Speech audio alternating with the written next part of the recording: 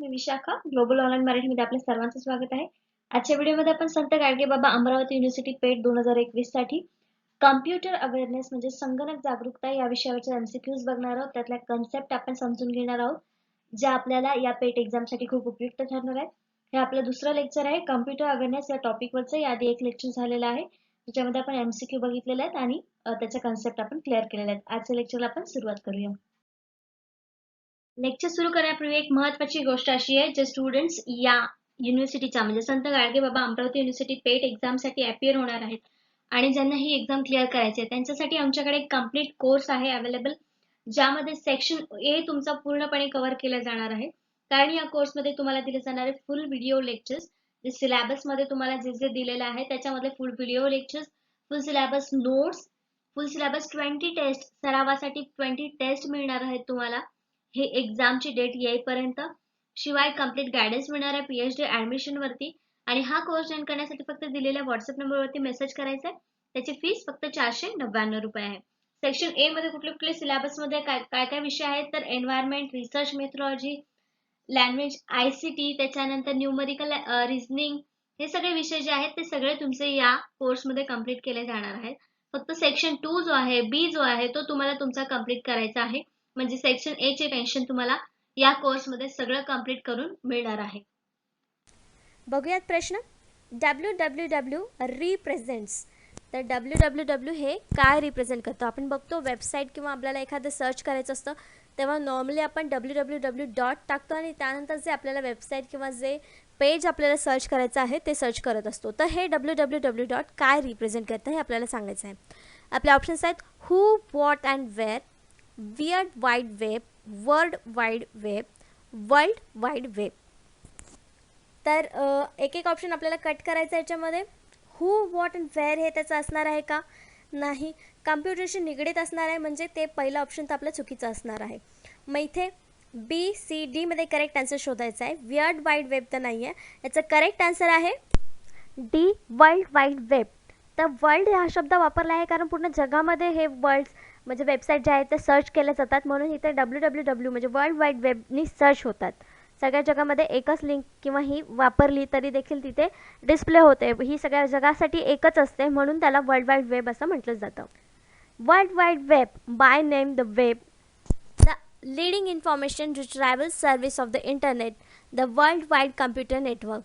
Hypertext allows the user to select a word or phrase from the text and thereby access other document that contain additional information pertaining to that word or a phrase. एखादी phrase आपण search करताना search करतो www dot आणि जी search करायची गोष्ट आपल्याला phrase आहे किंवा टेक्स्ट आहे तो टाईप करतो आणि नंतर आपल्याला त्याच्यावरची फुल इन्फॉर्मेशन येते. हे वर्ल्ड वाईड वेबचं काम आहे किंवा ते सगळ्या जगातली इन्फॉर्मेशन एका ठिकाणी मिळावी यासाठी हे सुरुवातीला आपल्याला टाकावं लागतं. आपण जो काही फ्रेज किंवा टेक्स्ट यूज करणार आहे त्याच्या सुरुवातीला. नेक्स्ट क्वेश्चन बघूया. What is the internet? Internet म्हणजे काय? आपण सगळे इंटरनेट वापरतोय पण इंटरनेट म्हणजे नेमकं काय? ऑप्शन्स आहेत hardware networking technique, hardware networking तंत्र. इंटरनेट म्हणजे हार्डवेअर आहे का? म्हणजे आपल्याला दिसतंय का की इंटरनेट आहे म्हणून? मग ते एक हार्डवेअर आहे जे आपल्याला दिसू शकतं, आपण त्याला टच करू शकतो. ती सर्व्हिस नाही आहे तर एक मॉडर्न आहे, मशीन आहे. मग इंटरनेट मशीन आहे का? नाही आहे. वर्ल्ड वाईड वेब म्हणजे इंटरनेट आहे का? नाही. आत्ताच आपण बघितलं हे काय आहे world wide web. Computer that are link together in a network, एकत्र नेटवर्कमध्ये जोडलेले संगणक, याला इंटरनेट म्हणू शकतो का आपण? हो. तर आपलं करेक्ट आन्सर देखील हेच आहे. चौथा ऑप्शन आहे नन ऑफ द अबव, वरीलपैकी कोणतेही नाही. म्हणून आपलं करेक्ट आन्सर सी आहे. Computer that are linked together in a network, that is internet. The internet or internet is global system of interconnected computer networks. सुरुवातीचीच लाईन आहे की इंटरकनेक्टेड म्हणजे सगळे आतून एकमेकांना जोडलेले आहेत नेटवर्कशी. That uses the internet protocol suites, त्याच्यामध्ये इंटरनेट प्रोटोकॉल सूट्स वापरले जातात. IP म्हणजे इंटरनेट प्रोटोकॉल वापरले जातात to communicate between networks and devices, म्हणजे सगळ्या डिव्हायसेसमध्ये जे काही मशीन्स आहेत त्याच्यामध्ये ऑपरेट होण्यासाठी, काम होण्यासाठी, त्यामध्ये कम्युनिकेशन होण्यासाठी हे नेटवर्क्स वापरले जातात, त्यालाच इंटरनेट म्हणतो. It is a network of networks, वेगवेगळ्या नेटवर्कचं हे नेटवर्क आहे. That consist of private, public, academic, business and government network of local to global scope, याच्यामध्ये वेगवेगळ्या प्रकारचे नेटवर्क्स आहेत, प्रायव्हेट आहेत, पब्लिक लोकांचे आहेत, पब्लिक म्हणजे सार्वजनिक, अकॅडमिक म्हणजे वार्षिक वगैरे आपले जे एज्युकेशनल अकॅडमिक असतात तसे, बिझनेसचे आहेत, गव्हर्नमेंटचे आहेत, वेगवेगळ्या प्रकारचे नेटवर्क्स इथे असतात. लिंक्ड बाय अ ब्रॉड अरे of electronic, wireless and optical networking technologies. तर इंटरनेट कुठल्या कुठल्या प्रकारामध्ये येतं ते सांगितलेलं आहे. ब्रॉड अरे ऑफ इलेक्ट्रॉनिक, वायरलेस असू शकतं किंवा ऑप्टिकल नेटवर्कसुद्धा असू शकतं. The internet carries a vast range of information, resource and services. तर हे काय करतं इंटरनेट, तर खूप मोठी रेंज इन्फॉर्मेशनची आपल्याला पुरवत असतो. हा एक रिसोर्स आहे इन्फॉर्मेशन मिळवण्याचा किंवा वेगवेगळ्या सर्व्हिस मिळवण्याचा. इन्फॉर्मेशन आपल्याला मिळते, आपण माहिती आहे गुगलवरती सर्च करतो आणि आपल्याला माहिती मिळते. मग सर्व्हिस काय काय देतं इंटरनेट, तर इंटरनेटमध्ये सर्व्हिस आपल्याला हेच मिळते की आपण ऑनलाईन शॉपिंग करतो, ऑनलाईन ग्रॉसरी मागवतो, वेगवेगळ्या सर्व्हिसेस आपण घेतो, तेच याच्यामध्ये येतं. ते इंटरनेटच्या थ्रू आपण करू शकतो. Such as the interlinked hypertext document and applications of the world wide web, electronic mail, telephone and file sharing. हे जे आपण बघितलं वर्ल्ड वाईड वेबच्या सहाय्याने आपण गोष्टी सर्च करतो, पण त्याशिवाय इलेक्ट्रॉनिक मेलची जी सर्व्हिस आपल्याला माहिती आहे, आपण एकमेकांशी संवाद साधण्याचं एक साधन म्हणून वापरतो मेलला. टेलिफोनी आहे, फाईल शेअरिंग आहे, या सगळ्या गोष्टी इंटरनेटच्या माध्यमातून होत असतात. तर इंटरनेट अशा प्रकारे आपल्याला उपयोगी येतं. Next question, which of the following is appropriate format of URL of email. एखादं ईमेलचं स्वरूप कसं असतं, ईमेल म्हणजे काय, जे आपण मेल करतो त्याच्यासाठी एक ID क्रिएट करावं लागतं, URL क्रिएट करावा लागतो आणि त्यावरतीच मग आपण मेलची देवाणघेवाण करतो किंवा तो एक सेपरेट व्यक्तीचा ईमेल आपण ओळखू शकतो. तर त्याचं URL काय आहे, URL म्हणजे त्याचं मुख्य रूप कसं असतं, त्याच फॉर्मॅटमध्ये बाकीच्या सगळ्यांचे ईमेल तयार केत आहेत. तर ते आपल्याला सांगायचं आहे ऑप्शन्सपैकी करेक्ट कुठला आहे. तर पहिला ऑप्शन आहे www_mail.com. जे आपण मेल पाठवतो त्याच्यामध्ये अंडरस्कोर कुठे आलेला आहे का, नाही, किंवा आपण ॲड करू शकतो एक्स्ट्रा चिन्ह जिथे वापरायचं असतं, यूज करायचं असतं तिथे, पण हा फॉर्मॅट आहे का URLचा, नाही. Next www@mail.com. नेक्स्ट बघूया www@mail.com, पण इथे www पूर्ण कॅपिटलमध्ये आहे. मग www कॅपिटल म्हणजे नेम जे काय असेल ते कॅपिटलमध्ये आणि नंतरचं @mail.com हे स्मॉलमध्ये येणार आहे का, नाही. www.mail.com येणार आहे का, नाही. मग इथे करेक्ट आन्सर काय असणार आहे आपला, B www@mail.com. तर इथे सगळ्या स्मॉल लेटरमध्ये असणार आहे त्याचा फॉर्मॅट आणि @mail.com हे त्याचा फॉर्मॅट असणार आहे. मग आपलं करेक्ट आन्सर कुठला असणार आहे, B. आपण कुठलाही मेल जेव्हा घेतो, मेल ID जेव्हा देतो तेव्हा ते असंच असतं, स्मॉल लेटरमध्ये आपलं नाव किंवा आपण जे काही संस्थेचं नाव जे टाकलेलं आहे आणि त्यानंतर @mail जो काय असेल, Gmail, Yahoo Mail.com हे त्याचा फॉर्मॅट असतो. Next question, HTML is basically use to design. HTML हे मूलतः डिझाईन करण्यासाठी वापरलं जातं. HTMLचा फुल फॉर्म काय आहे, हायपरटेक्स्ट मार्कअप लँग्वेज. तर ही कशासाठी यूज केली जाते, ऑप्शन्स आहेत web pages, websites, graphics, table and frames. त्याचं करेक्ट आन्सर आहे A, वेब पेजेस. वेब पेजेससाठी HTML ही डिझाईन करण्यासाठी वापरली जाते. तर वेब पेजेस म्हणजे नेमकं काय आपण बघूया. A document which can be displayed in a web browser such as Firefox, Google Chrome, Opera, Microsoft Internet Explorer or Edge or Apple's Safari. These are also often called as just pages. तर web pages म्हणजे काय, जे इंटरनेटवरती आपल्याला वेगवेगळे पानं दिसतात. आपण हे वेगवेगळे सॉफ्टवेअर्स यूज करतो आणि त्यामध्ये ते सर्च इंजिनमध्ये आपण सर्च करतो आणि तेव्हा आपल्याला एक पेज ओपन दिसतं. त्याच्यावर वेगवेगळ्या प्रकारची डिझाईन केलेली असते, इन्फॉर्मेशन दिलेली असतं, त्या सर्वाला आपण वेब पेज असं म्हणतो. तर ते डिझाईन करण्याचं काम HTML मध्ये केलं जातं. नेक्स्ट क्वेश्चन बघूया, SMTP स्टँड्स फॉर. SMTP म्हणजे काय किंवा त्याचा फुल फॉर्म काय. ऑप्शन्स आहेत simplest mail transfer protocol, simple mail transfer protocol, sample mail transfer protocol आणि सेपरेट मेल ट्रान्सफर प्रोटोकॉल. पहिल्या ह्याच्यामध्ये सिम्पलेस्ट म्हटलेलं आहे म्हणून ते ऑप्शन नाही आहे. थर्डमध्ये सॅम्पल बोललेलं आहे म्हणून ते ऑप्शन करेक्ट नाही आहे. डीमध्ये सेपरेट बोललं आहे म्हणून ते करेक्ट नाही आहे. बाकी पुढचे जे MTPचा फुल फॉर्म आहे तो बरोबर आहे, मेल ट्रान्सफर प्रोटोकॉल. फक्त पहिल्या वर्डमध्ये चुकीचं असल्यामुळे त्यातून एक करेक्ट आन्सर आपल्याला चॉईस करायचं आणि ते करेक्ट आन्सर आहे B, simple mail transfer protocol. Simplest इथे चालणार नाही, आपलं करेक्ट ऑप्शन B असणार आहे, simple mail transfer protocol. What is Simple Mail Transfer Protocol? SMTP is used to send and receive email. हे ट्रान्सफर प्रोटोकॉल जे आहे ते मेल सेंड करण्यासाठी किंवा रिसीव करण्यासाठी एक माध्यम म्हणून यूज केलं जातं. माध्यम नाही ॲक्च्युली, या दोन्हींमध्ये मेल ट्रान्सफर होण्यासाठी ट्रान्सफॉर्मर असं म्हणू शकतो आपण, सिम्पल मेल ट्रान्सफर प्रोटोकॉल वापरला जातो. It is sometimes paired with IMAP or POP3, for example by user level application which handle the retrieval of message, while SMTP primarily sends message to the server for forwarding. म्हणजे SMTP काय करतं, हे मध्ये असतो जो सेंडरच्या आणि रिसिव्हरचा असतो. Sender जेव्हा एक मेल पाठवतो तेव्हा तो पहिले SMTPला जातो, तिथे तो मेसेज रीड केला जातो आणि नंतर तो इनकोड करून फॉरवर्ड होतो आणि रिसिव्हरला तो मेल मिळतो. तर हे काम SMTP अशा प्रकारे करतं मेल सेंडर आणि रिसिव्हरमध्ये. Firewalls are use to protect the communication network against. Firewall विरुद्ध संप्रेषण नेटवर्कचे संरक्षण करण्यासाठी वापरले जातात. म्हणजे कशासाठी वापरले जातात, नेमका कोणत्या प्रकारचे संरक्षण किंवा कशापासून संरक्षण करण्यासाठी हे फायरवॉल्स वापरले जातात ते आपल्याला सांगायचं आहे. ऑप्शन्स आहेत अनऑथोराइज्ड अटॅक, अनधिकृत हल्ले, virus attack, data driven attack, fire attack. त्याचं करेक्ट आन्सर आहे A, unauthorized attack, अनधिकृत हल्ले. A firewall can help protect your computer and data by managing your network traffic.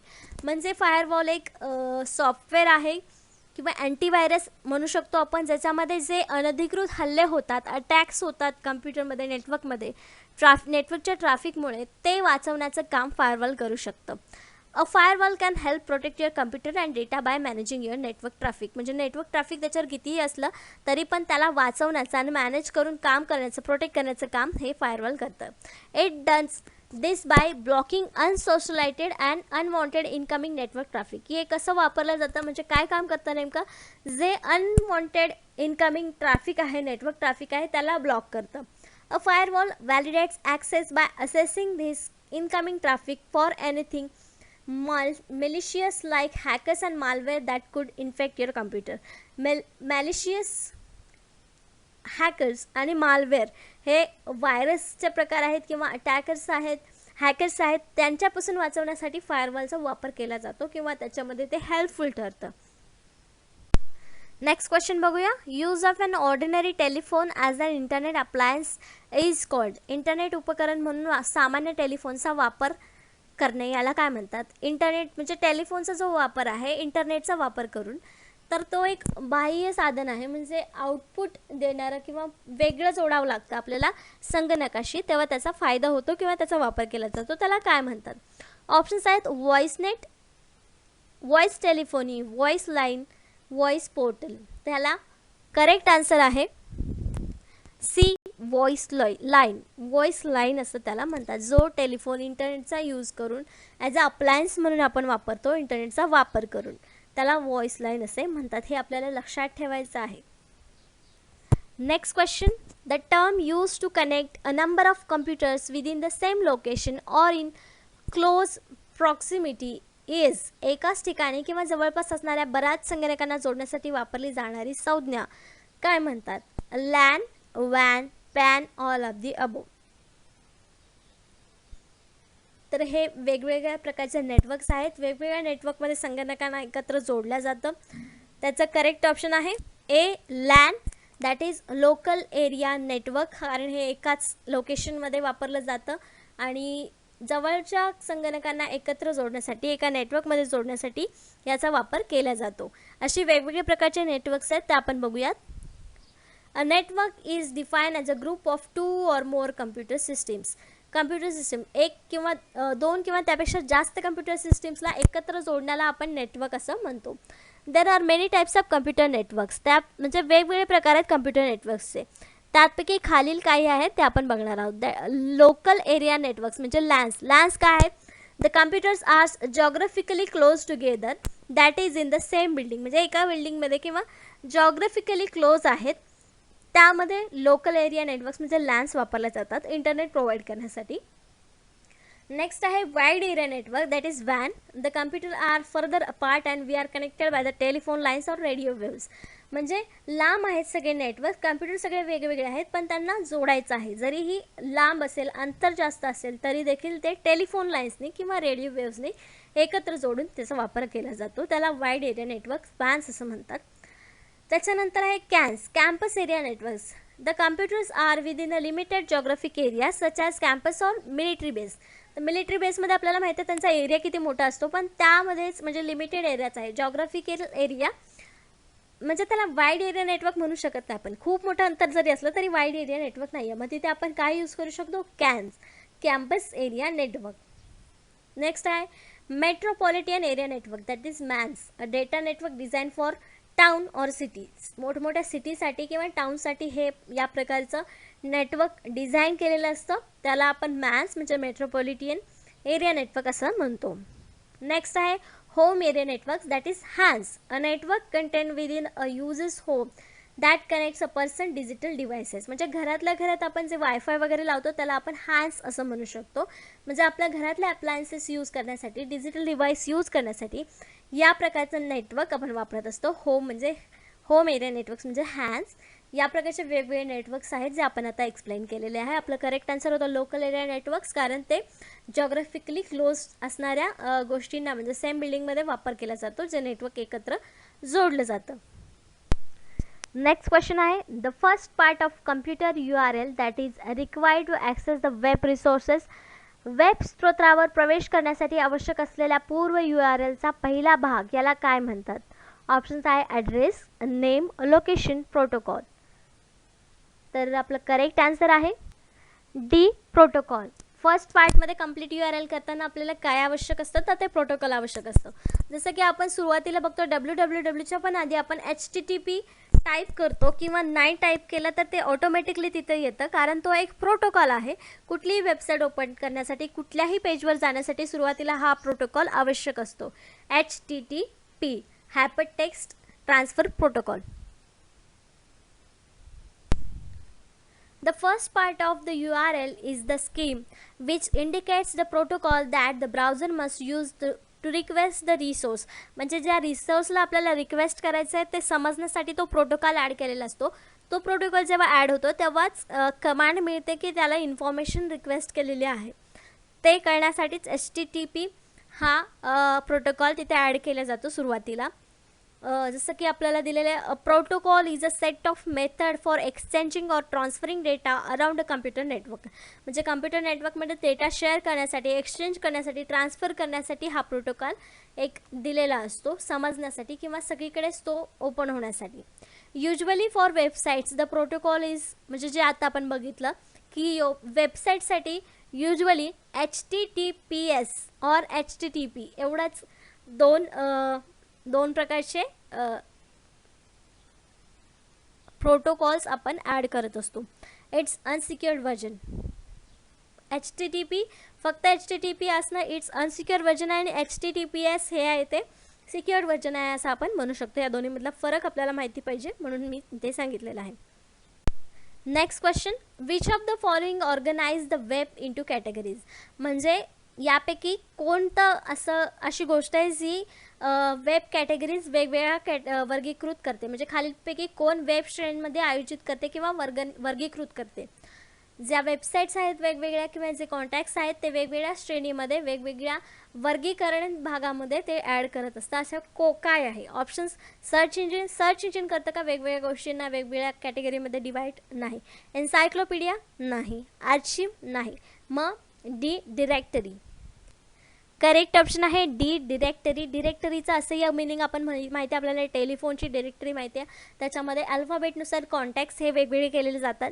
तसंच वेबसाईटवरती किंवा इंटरनेटच्या भाषेत देखील वेब कॅटेगरीजमध्ये वेगवेगळ्या ऑर्गनाईज करण्यासाठी डिरेक्टरीचा वापर केला जातो. A web directory or link directory is an online list of or catalog of websites. वेगवेगळ्या वेबसाईटचं कॅटलॉग आहे असं आपण म्हणू शकतो web directory. That is it is the directory on the world wide web of all or part of. म्हणजे सगळ्या वर्ल्डमधली माहिती किंवा सगळ्या वर्ल्डमधल्या वेबसाईट ज्या आहेत त्या याच्यामध्ये इन्क्लुडेड आहेत वेब डिरेक्टरीमध्ये. Historically, directories typically listed entries on people or business and their contact information.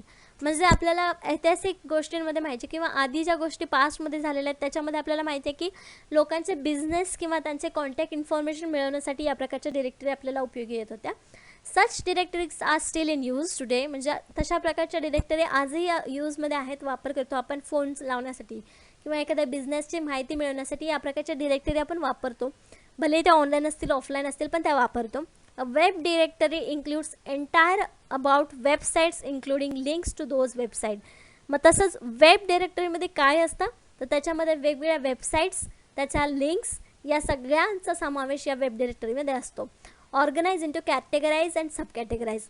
तर नुसत्या लिंक किंवा अल्फाबेटनी नसतात तर त्या कॅटेगरी वाईज असतात. सब कॅटेगरीजमध्ये देखील त्याला डिवाईड केलेलं असतं.